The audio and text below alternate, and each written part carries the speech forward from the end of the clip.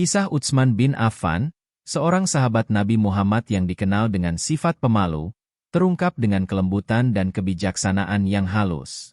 Dilahirkan dari garis keturunan yang mulia, silsilahnya bersinggungan dengan keluarga terhormat Nabi, mengikuti jejak Abdi Manaf. Meskipun berasal dari keturunan yang terpandang, Utsman menjadi contoh kesederhanaan, sebuah kualitas yang membuatnya dihormati dan dihargai di kalangan teman-temannya. Suatu hari di Madinah, ketika Nabi Muhammad menyambut kedatangan Abu Bakar dan Umar bin Khattab ke kediamannya. Saat mereka memasuki ruangan, udara dipenuhi dengan rasa hormat dan kekaguman.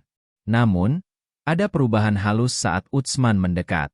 Sikapnya, yang ditandai dengan kerendahan hati yang lembut, menimbulkan gestur langka dari sang Nabi sendiri. Melihat kerendahan hati Utsman, Nabi Muhammad, dengan kebijaksanaannya yang tak terhingga, berkata, "Bagaimana aku tidak merasa malu kepada orang yang malaikat saja malu kepada dia?" Pernyataan mendalam ini menggambarkan kedalaman kerendahan hati Utsman, menggema dalam diri yang hadir. Dalam catatan sejarah Islam, Utsman bin Affan tidak hanya dikenal karena kerendahan hatinya tetapi juga karena pengetahuannya yang mendalam tentang Al-Quran dan hadis. Di antara para sahabat Nabi Muhammad, Utsman terkenal karena penguasaannya terhadap teks-teks suci, hatinya menjadi tempat penyimpanan hikmah ilahi. Dia dengan tekun menghafal Al-Quran dan terjun dalam ajaran Nabi, Abu Bakar, dan Umar, mencari petunjuk dalam setiap aspek kehidupan. Saat takdir membuka jalannya, Utsman naik ke posisi terhormat sebagai khalifah ketiga, menggantikan Umar bin Khattab. Pemerintahannya ditandai dengan campuran kesalehan dan pragmatisme, membimbing umat muslim melalui masa-masa sulit dengan tekad yang tidak tergoyahkan. Di bawah kepemimpinannya, kekaisaran Islam memperluas batasnya, menaklukkan tanah jauh dan luas, dari Siprus hingga Khurasan, dari Armenia hingga Maroko.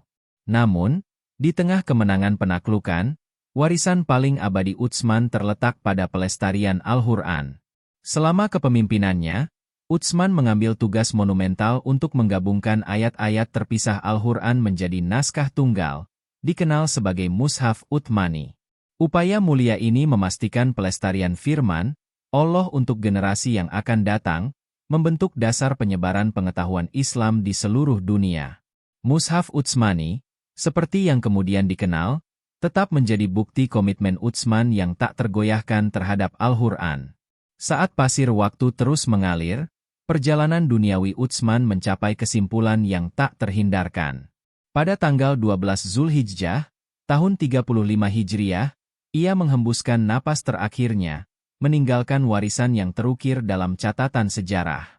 Sisa-sisa jasmaninya menemukan tempat peristirahatan terakhir di lereng timur Al-Baqi, menjadi bukti kehidupan yang dijalani dalam pelayanan kepada Allah dan Rasul-Nya.